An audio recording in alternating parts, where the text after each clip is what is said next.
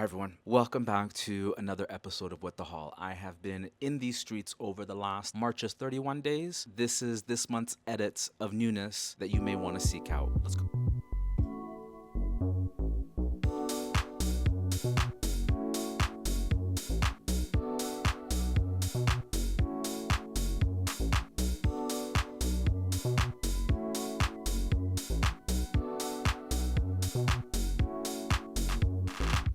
We just got through the first week of April. I made it through all of winter without catching a cold once. And now, as soon as the season changes, my throat is on fire. Pray for me. Let's hope that I can get through this session without having like a coughing fit. March was a funny one. I had a hard time finding a lot of the stuff, but we're just gonna dive right in. Here's some things that I wanna bring to your attention. First, we have from Laboratoire Klorane, the KeratinCaps. If you ever open the description box at the bottom of my videos, there's this long disclaimer that I put in there. I want people to always use their critical thinking skills when they watch these videos. Nothing that I say or mention should be used in place of medical advice or professional advice where necessary, and especially when we're talking about things like supplements. Put your thinking caps on if this is something that's speaking to you. So if you know Klorane, it's part of Pierre Fabre. Pierre Fabre is the business that owns René Federer. When I had hair once upon a time, René Federer was my go-to. If not Fido, it was always René Federer. When you think of hair supplements, this has a lot of the call-out ingredients that you'll see across lots of brands. So it says it has biotin or B8, niacin or B3, selenium, B6, vitamin E, zinc, and keratin. So the idea with this product is it's a complementary dietary supplement that one uses if you're using their quinine range of hair care products for people who have either thinning, lifeless, dull hair. We understand that hair and nails are made up of the same building blocks. So if you can incorporate this product into your lifestyle, there's a possibility that you're going to notice an improvement in the quality of your hair and your nails. Why I wanted to flag this up is a lot of times when you're looking at skin, hair, and nail supplements, beauty supplements, if you will, the common theme across all those sorts of products is gelatin. These specifically say that they are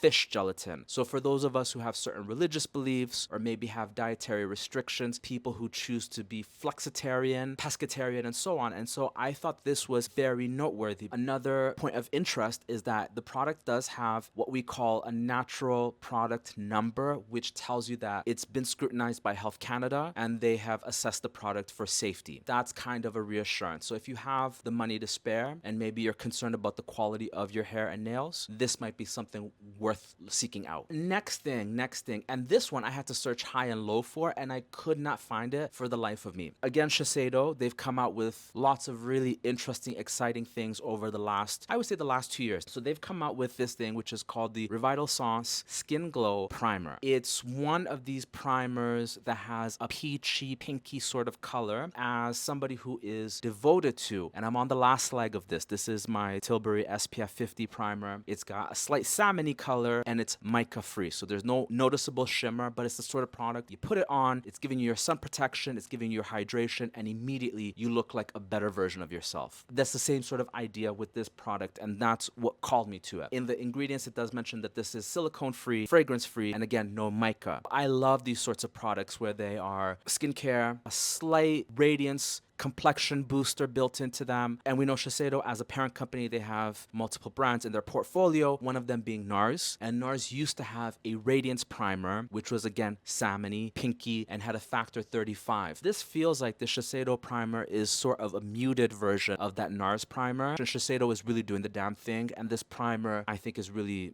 worth keeping your eyes out for. Next up, the new Avene Cleanance Serum. In the last week, I've been served adverts in like YouTube pre-rolls.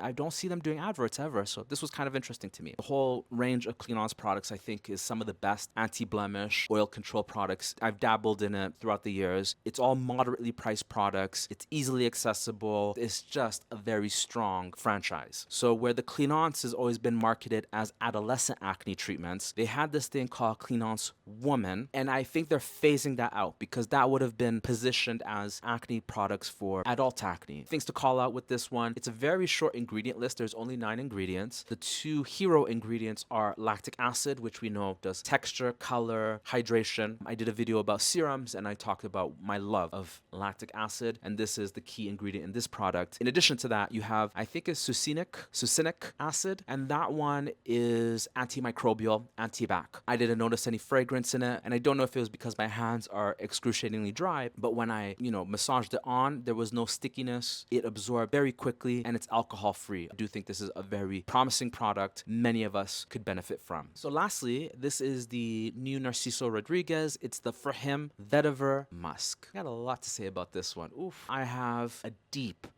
love of the original Narciso For Him. This is the musk. I am so precious about this. I use it very sparingly because God knows where I'm going to find another bottle of this at some gray market vendor. RIP.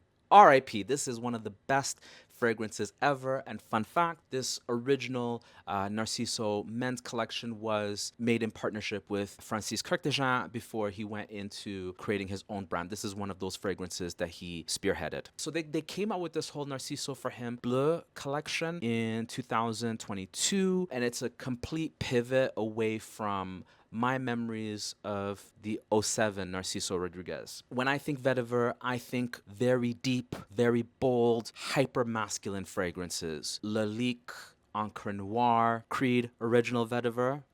Oof.